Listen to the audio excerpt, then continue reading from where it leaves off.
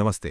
జనవరి 11న జమ్మూ కశ్మీర్లోని సాంబా, రాజౌరి, పూంచ్ జిల్లాల అంతర్జాతీయ సరిహద్దు మరియు నియంత్రణ రేఖ వెంబడి పాకిస్తాన్కు సంబంధించిన డ్రోన్లను సైన్యం గుర్తించింది. అంతకుముందు జనవరి 10న సాంబా జిల్లాలోని బీఎస్ఎఫ్ అలాగే పోలీసులు కలిసి ఒక పసుపు రంగు తేపుతో గట్టిగా చుట్టి ఉన్న ప్యాకెట్ని గుర్తించారు. దానిలో 2 పిస్టల్సు, 3 మ్యాగజిన్లు, అలాగే తూటాలు, ఒక చైనీస్ మేడ్ గ్రెనేడ్ ఉంది. అధికారుల ప్రకారం వీటిని డ్రోన్తో ఇక్కడ పడేశారు. 2025లో మొత్తం 791 ఇల్లీగల్ డ్రోన్లు పాకిస్తాన్ నుంచి ఇండియాకు వచ్చాయని డిఫెన్స్ మినిస్ట్రీ చెప్పింది. మరోవైపు అక్నోర్ సెక్టార్లో సైనికులు ఒక పావురాన్ని పట్టుకున్నారు. దాని కాళ్లకు రెహమత్ సర్కార్ అని ఒక ఫోన్ నెంబర్తో పాటు మరో కాలికి రిజ్వాన్ 2025 అని ఒక కోడ్ రాసి ఉంది.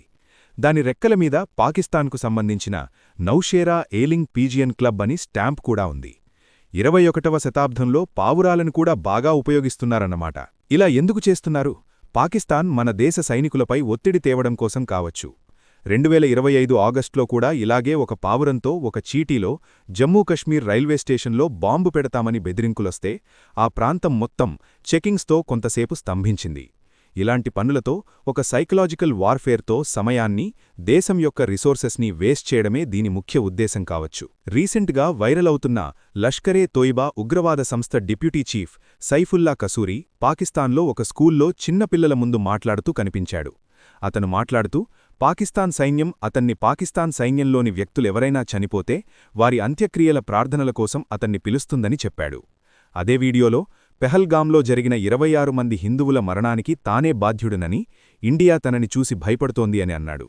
ఇక్కడ మనం చూస్తే ఇతను ఎక్కడో పెద్దవాళ్ల దగ్గర ఈ విషయాలు చెప్పడం లేదు, పాకిస్తాన్లోని స్కూలు పిల్లల దగ్గర చెప్తున్నాడు. అంటే పాకిస్తాన్ నెక్స్ట్ జనరేషన్ ఎలా ఉండబోతోంది అని అర్థమవుతోంది. అలాగే ఒక అంతర్జాతీయంగా బ్యాన్ చేయబడిన ఒక వ్యక్తి, ఒక సంస్థకు సంబంధించిన వ్యక్తి బయట ఎంత దర్జాగా తిరుగుతున్నాడో మనందరికీ తెలుస్తోంది. ఆపరేషన్ సింధూర్లో జైషే మహమ్మద్కు సంబంధించిన అనేక స్థావరాలను ఇండియన్ సోల్జర్స్ టార్గెట్ చేస్తే దాంట్లో మసూద్ అజర్ త్రుటిలో ప్రాణాలతో బయటపడ్డాడు. కాని అతని కుటుంబంలోని 10 మంది అలాగే 4 ముఖ్య అనుచరులు చనిపోయారు. అప్పటినుండి పాకిస్తాన్లో అతను ఎప్పుడూ లాహోర్ నుండి కరాచీ, కరాచీ నుండి పీఓకే ఇలా మారుతూ ప్రాణాలు కాపాడుకుంటున్నాడు. ఇప్పటికే ఎంతోమంది భారత్కు మోస్ట్ వాంటెడ్ క్రిమినల్స్ని పాకిస్తాన్లో అన్నోన్ గన్మెన్ వారి పని వారు పూర్తి చేస్తూ వస్తున్నారు.